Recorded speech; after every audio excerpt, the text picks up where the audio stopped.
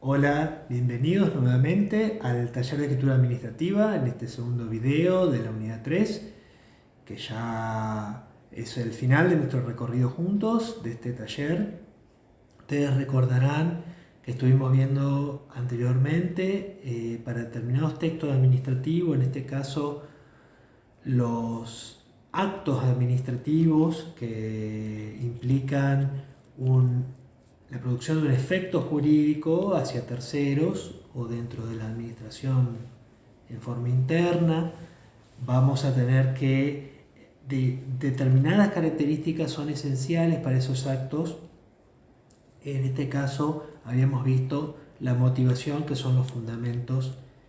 técnicos y legales que hacen al por qué nosotros resolvemos en tal o cual sentido mediante ese acto administrativo. Yo quería pasarles también a charlar ahora la cuestión que tiene que ver con dos figuras que habíamos dejado un poco para este momento, para trabajar un poquito, que es el informe administrativo y el dictamen administrativo. Hay algunos autores que dicen que ese informe administrativo lo podemos enmarcar como un acto jurídico de la administración pública, ¿sí? Consistente en una declaración de juicio realizada por un órgano que se supone especialmente calificado o cualificado en la materia o en las materias que se sustancian en el procedimiento y que, por lo tanto, han de servir para ilustrar el órgano decisor, proporcionándole nuevos datos o corroborando los datos que ya están existentes en el expediente. Ustedes seguramente, como yo les vengo diciendo a lo largo del curso, esto lo van a ver seguramente en mayor profundidad en un curso de procedimiento administrativo o de técnica legislativa, pero en líneas generales el informe administrativo, como la definición que les acabo de dar, hace referencia a determinadas áreas del Estado, de la administración pública, que por su composición de determinados agentes que están calificados por sus estudios, por su experiencia, por su recorrido, por su saber, están calificados para poder emitir este texto administrativo que nosotros le denominamos informe administrativo. ¿Por qué? Porque es en definitiva una pieza de prueba, es una pieza elaborada por un técnico con los conocimientos suficientes como para profundizar en la materia que se le está solicitando que emita una opinión. En definitiva, es una opinión, pero no necesariamente vinculante para el órgano, para el agente que va a decidir, a menos que la norma así lo disponga. Entonces, ese informe, que en líneas generales es objetivo, que no tiene una opinión subjetiva respecto de la cuestión que está tratando, sí da un parecer para que, en todo caso, el funcionario que va a leer ese informe justamente lo ha pedido para poder tomar una decisión basado en elementos, digamos, de conocimiento en la materia que ese técnico le produjo a partir del informe, este informe administrativo. Este informe administrativo va a tener, ustedes recuerden, de distintas partes para su composición, como habíamos visto, un inicio, un encabezado, un desarrollo y un cierre, eventualmente una conclusión. Yo me voy a remitir ahora también al decreto 324 que venimos trabajando, el manual de procedimientos municipal, elaborado a fin del año 2022, del año pasado, donde en esta segunda parte que veníamos hablando recientemente, se prevé los requisitos concretos de estos documentos administrativos llamados informes, o eventualmente también engloba a las providencias, que se podrían tomar como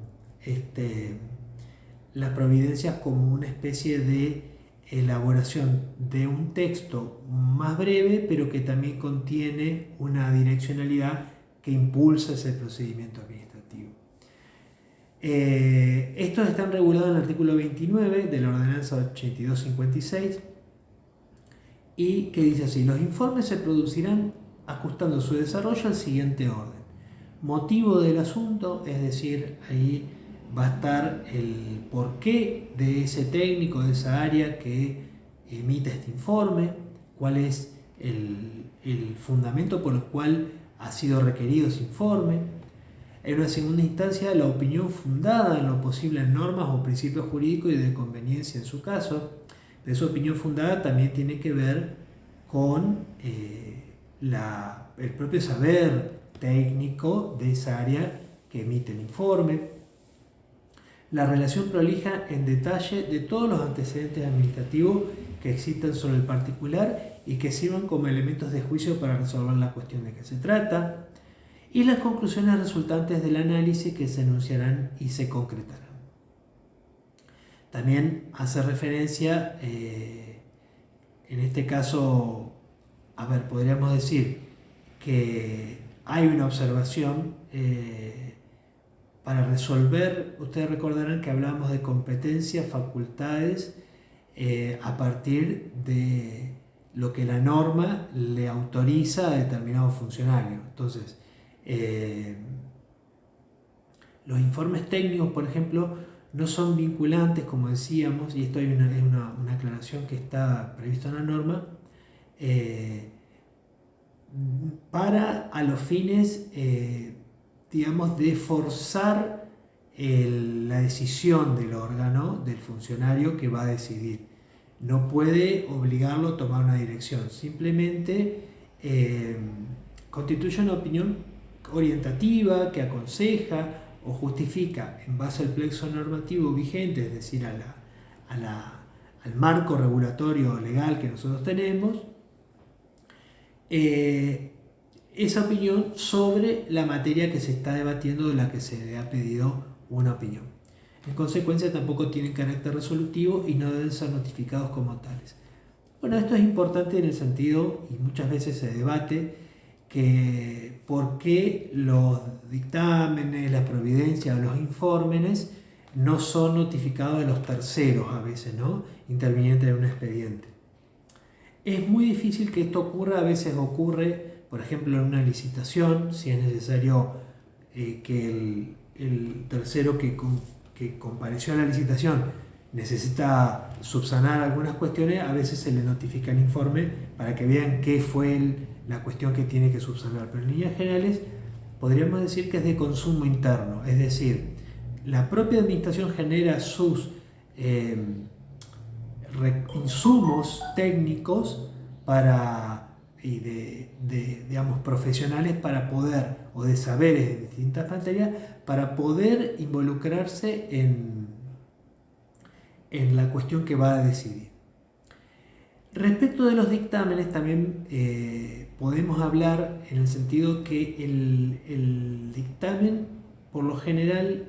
en líneas generales, se busca la opinión legal de las determinadas áreas que tienen competencia para trabajar en la materia. En este caso, el dictamen jurídico es otra forma que nosotros tenemos de texto administrativo y que tiene que ver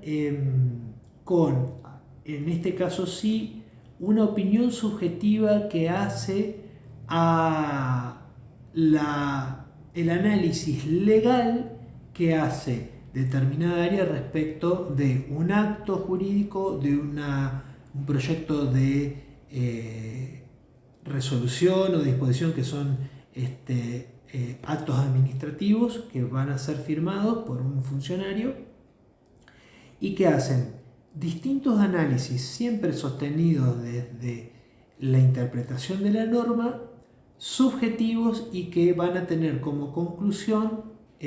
dentro del marco de las competencias de esa área legal, emitir una opinión respecto a si corresponde o no corresponde, está ajustado a derecho o no está ajustado a derecho la norma que se propone firmar. En este caso, recuerden ustedes también la observación que les hacía recién, los dictámenes legales no son vinculantes respecto de los criterios que adopta la autoridad de decisión competente, sino que constituyen una opinión que orienta, aconseja o justifica en base a la normativa vigente sobre la materia en cuestión. En consecuencia, tampoco tienen carácter resolutivo y tampoco van a ser notificados a las partes como tales. El dictamen jurídico, para cerrar, les puedo decir que tiene, al igual que el informe, un encabezado, una introducción, los motivos por los cuales va al área legales a ser tratado, un desarrollo que también va a ser, al igual que el informe, por lo general, ir marcando los hitos del expediente administrativo donde se van tomando determinadas pruebas o determinados recorridos administrativos de ese expediente que hacen a la cuestión, en este caso legal, que se va a resolver, y finalmente una conclusión que es lo más importante, donde el funcionario que va a firmar un acto administrativo o que está pidiendo una opinión legal va a poder ver si el área legales desde esa conclusión está de acuerdo o no, sugiere o aconseja o no que se continúe con ese acto administrativo, con ese proyecto de norma o con estas cuestiones que han sido traídas al expediente para ser trabajadas. Bueno, muchísimas gracias y estamos ya cerrando en el próximo video con lo que tiene que ver con el archivo, la guarda y la conservación de los documentos administrativos.